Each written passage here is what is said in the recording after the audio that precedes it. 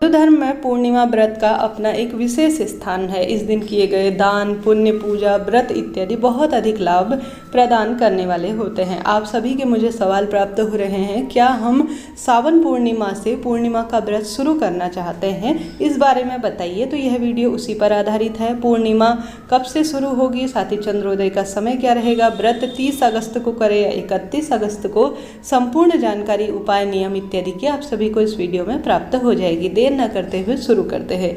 जैसा कि पूर्णिमा तिथि श्री सत्यनारायण भगवान, जो कि श्री हरि विष्णु के स्वरूप है, उन्हें समर्पित है, माता लक्ष्मी और साथ ही चंद्र देवता को समर्पित है। यह तिथि अपने आप में विशेष होती है। इस दिन कई भक्त दान, पुण्य, तर्पण इत्यादि भी अपने पितरों के निवृत्त करते हैं।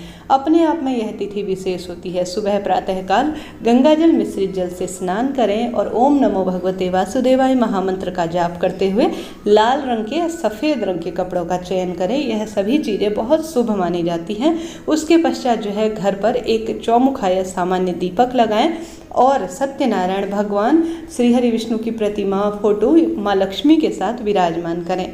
और साथ ही विधि विधान से, अगर आप जो पूर्णिमा का व्रत करते हैं तो उसका संकल्प लें।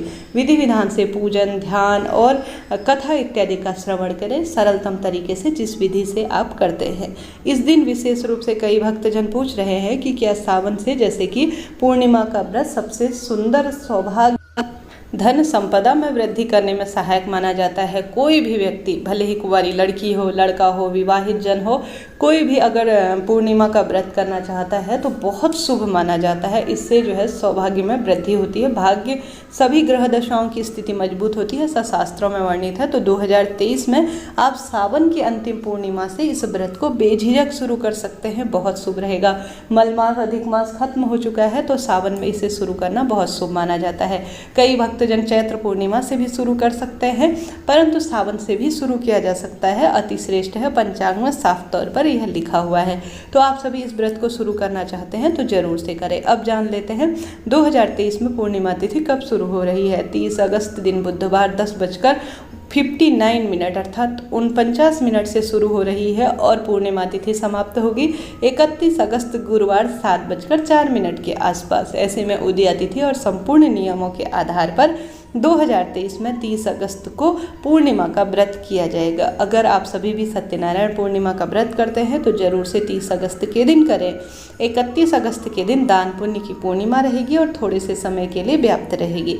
तो ऐसी स्थिति में जो पूजा पाठ और जो व्रत इत्यादि की रहेगी वह 30 अगस्त बुधवार के दिन करना सुनियोजित किया गया है। साथ ही चंद्रोदय का समय बहुत महत्वपूर्ण होता है। तो आप सभी को 30 अगस्त को चंद्रोदयता 6:35 के आसपास दर्शन देंगे। तो आप सभी पूरे दिन भर में व्रत करें, विधि विधान से पूजन करें और शाम के समय चंद्र देवता को अर्घ्य दें।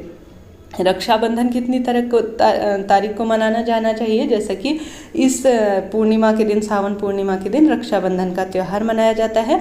तो 2 दिन मनाया जाएगा, एक 30 अगस्त को भी और 31 अगस्त को। 30 अगस्त को 10 बजे से पूर्णिमा शुरू हो रही है तो रक्षाबंधन तो 30 अगस्त को है ही, परंतु दिन भर में जब से पूर्णिमा तिथि शुरू होगी उसी समय से भद्रा भी शुरू हो जा रही है, जिस कारण से पूरे दिन भर में राखी नहीं बांधी जाएगी। रात को 9:01 के बाद से जो है रक्षाबंधन मनाना शुभ रहेगा। रात्रि को आप रक्षाबंधन 30 अगस्त को मनाएंगे और 31 अगस्त को सुबह जो है रक्षाबंधन करना 7:05 से पहले पहले शुभ माना जाएगा। हालांकि 31 अगस्त को आप पूरे दिन भर में भी राखी बांध सकते हैं।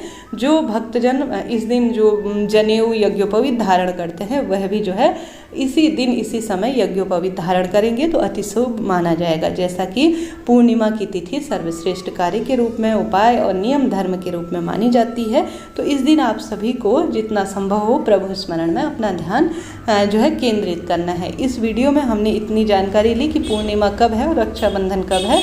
तो अब जानते हैं सरल सी पूजा विधि और उपाय। जैसा मैंने बताया, ब्रह्म मुहूर्त में गंगाजल मिश्रित जल से स्नान करें। और सबसे पहले आप सभी जानते होंगे इस दिन पूर्णिमा व्रत होता है तो जो पीपल वृक्ष होता है और तुलसी माँ होती है उसका सिंचन विशेष बताया जाता है। या तो तुलसी माँ का सिंचन कर लीजिए या पीपल वृक्ष का सिंचन कर लीजिए, या दोनों का भी कर सकते हैं। इससे माँ लक्ष्मी प्रसन्न होती हैं, घर परिवार में धन धान्य और खुशियों की सौगात आती है।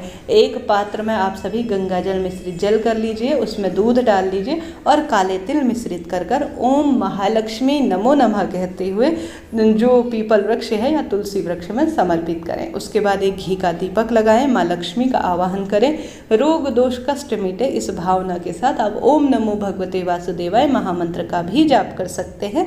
बहुत श्रेष्ठ कर बहुत शुभ माना जाता है। इसके पश्चात आप महादेव का पूजन करें, गंगा जल मिश्रित जल से अगर और दूध मिश्रित जल से महादेव का अभिषेक कराते हैं, ओम सोम सोमाय नमः, तो महादेव के मस्तक पर चंद्रमा विराजमान है। इससे कुंडली में चंद्रमा की स्थिति मजबूत बनती है और बहुत शुभ फलों की प्राप्ति होती है, ऐसा शास्त्रों में वर्णित है। तो आप सभी को यह कार्य करना है। साथ ही सफ़ेद फूल भी महादेव को समर्पित करना इस दिन बहुत शुभता के रूप में जाना जाता है। गोल बत्ती का घी का दीपक आवश्यक रूप से महादेव के मंदिर में भी जरूर से समर्पित करें। इसके बाद घर आकर आप सभी, जैसा मैंने शुरू में ही बताया, विधि विधान से आप माँ लक्ष्मी का पूजन करें। इस दिन पूर्णिमा तिथि के दिन आवश्यक रूप से प्रत्येक सौभाग्यवती महिला को घर पर खीर बनानी चाहिए दूध मिश्रित चावल की, और उसका भोग माँ लक्ष्मी का ध्यान करते हुए माँ लक्ष्मी को घर पर, महादेव को और श्रीहरि विष्णु के मंदिर या घर पर ही सामान्य तौर पर आप समर्पित करते हैं, या कुंवारी लड़की या सुहागिन महिला को खीर का जो है प्रसाद स्वरूप दान करते हैं तो अति शुभ इस कार्य को जाना जाता है। यह चंद्रमा की कुंडली में स्थिति को मजबूत करने में भी विशेष सहायक होता है। तो आप सभी को सरलतम तरीके से यह कार्य जरूर से करना है। साथ ही जब चंद्र देवता शाम को उदित हो तो आप सभी को उन्हें प्रणाम करना है, पूर्ण रूप से दर्शन करने हैं। उसके बाद आप सभी को आवश्यक रूप से सफ़ेद फूल, कुछ मिश्री, दूध और पानी का सम्मिश्रण करके एक लोटे में चंद्र देवता को अर्घ्य देना है।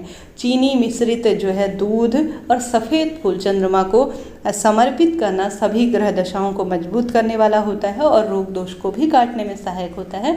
और चंद्र देवता के जो आगे है वह आप सभी एक दीपक भी घी का जरूर से लगाएं, यह भी सब बहुत शुभ माना जाता है। इस दिन महादेव के शिवलिंग के ऊपर 108 चावल के दाने आप सामान्य तौर पर नमः शिवाय ओम या श्री शिवाय नमस्तुभ्यम महामंत्र का जाप करते हुए एक एक दाना 108 दाने समर्पित करते हैं।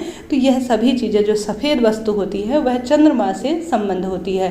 चंद्रमा मन के कारक के रूप में जाने जाते हैं। ऐसी मान्यता है कि चंद्रमा की कुंडली में स्थिति मजबूत होती है तो कहीं ना कहीं ऐसा होता है कि मन उदास रहता है, रोग बहुत बढ़ जाते हैं, एकाएक मन विचलित रहता है, बहुत अधिक दुख तकलीफ जीवन में बढ़ती है। तो इस कारण से आप सभी को एक बार जीवन पर पूर्णिमा का व्रत शुरू करना चाहिए और इसे जीवन पर्यंत करने का प्रयास करना चाहिए, बहुत शुभ माना जाता है। जितना संभव हो इस दिन महालक्ष्मी नमो नमः मंत्र का जाप करें, घर के मुख्य द्वार पर दीप लगाएं, पीपल वृक्ष में, श्रीहरि विष्णु के मंदिर में और साथ ही महादेव के मंदिर में दीप लगाएं, क्योंकि सावन का अंतिम दिन है और अपने आप में विशेष दिन है। रक्षाबंधन का पवित्र त्योहार इस दिन हो रहा है। जितना संभव हो सावन महीने के नियम का उद्यापन इत्यादि करने का प्रयत्न करें। वीडियो में दी गई जानकारी उचित रही हो तो लाइक करें, शेयर करें, सब्सक्राइब करें। श्री शिवाय नमस्तुभ्यम।